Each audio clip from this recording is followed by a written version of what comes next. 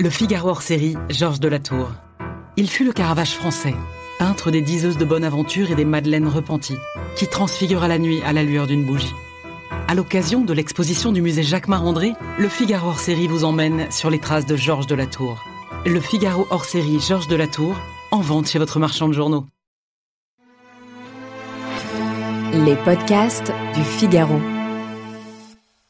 Domaines installés, en transition ou en création, entreprises agricoles ou structures de négoce, la véritable rémunération des vignerons reste l'un des grands tabous du monde viticole, avec des réalités très contrastées et de vraies surprises. Nous avons mené l'enquête.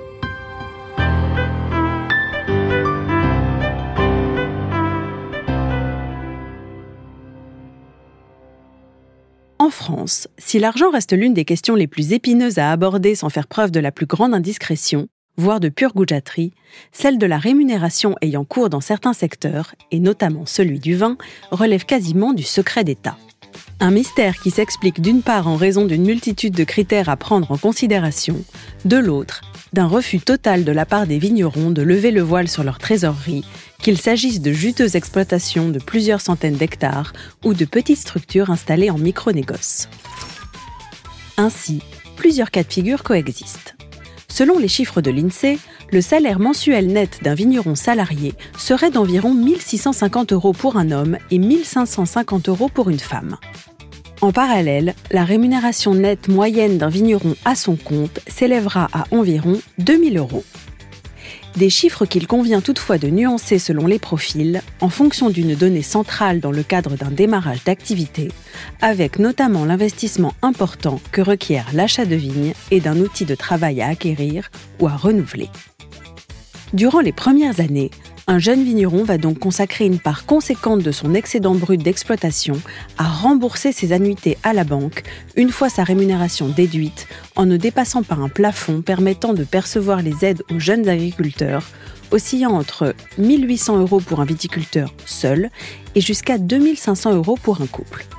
Voilà pour la théorie, qui cache une réalité bien plus complexe qu'il n'y paraît. Si l'on commence par le bas de l'échelle, force est de constater qu'il est désormais périlleux, voire impossible, de s'installer en tant que vigneron sans être assis sur un patrimoine conséquent ou d'être en mesure de faire valoir ses arguments auprès des banques. L'un des vignerons que j'ai pu interroger sur le sujet me confiait qu'il avait pu emprunter 75% de la valeur de son domaine seulement parce que son profil plaisait aux banques, avec un BTS en viticulture et œnologie et un Master 2 d'économie financière.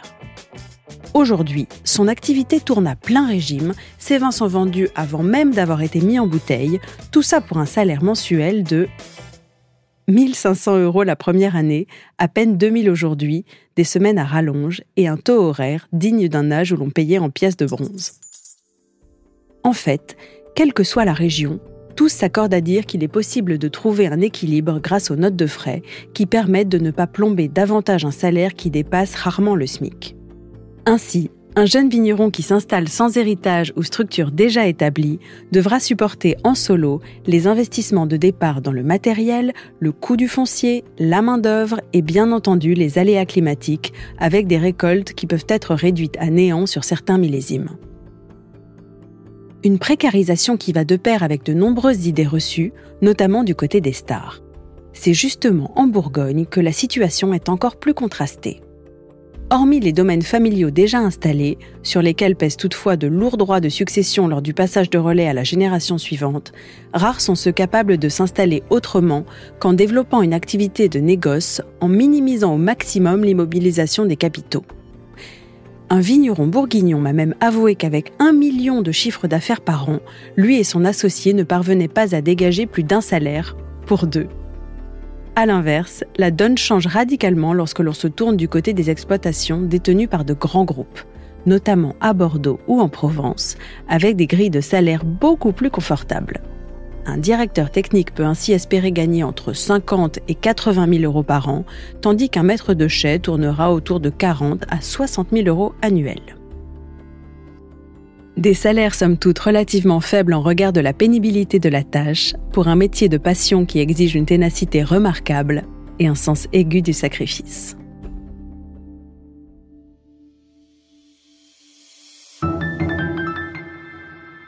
Merci d'avoir écouté ce podcast. Je suis Alicia Doré, journaliste vin.